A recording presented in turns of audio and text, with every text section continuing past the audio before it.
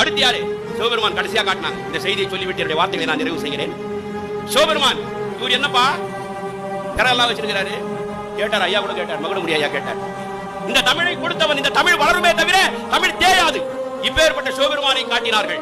இவர் என்னப்பா சொல்றாரு? நமச்சிவாய வாழ்க, நாதன் தாழ் வாழ்க, இமை பொழுதும் என் நெஞ்சில் நீங்காதான் தாழ் வாழ்க, ஆகமமாகி நின்றண்டிப்பான் தாழ் வாழ்க, ஏகன் அநேகன் இறைவன் அடி வாழ்க. என்னப்பா விளக்கம் கேட்டான் சுல்தான் முகமது முஹாதிர்.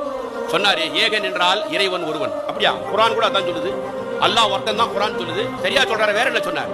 ஏகன் இறைவன் ஒருவனாய் இருக்கிறார், அநேகன் அவன் எல்லா உயிர்களிலும் இருக்கிறான் என்று சொன்னார்கள். அப்படியா? இதை சொன்னவர் யார்? மாணிக்க வாசகர். எதுல சொன்னார்? திருவாசகத்துல. வேற என்ன சொல்லியிருக்கிறார்?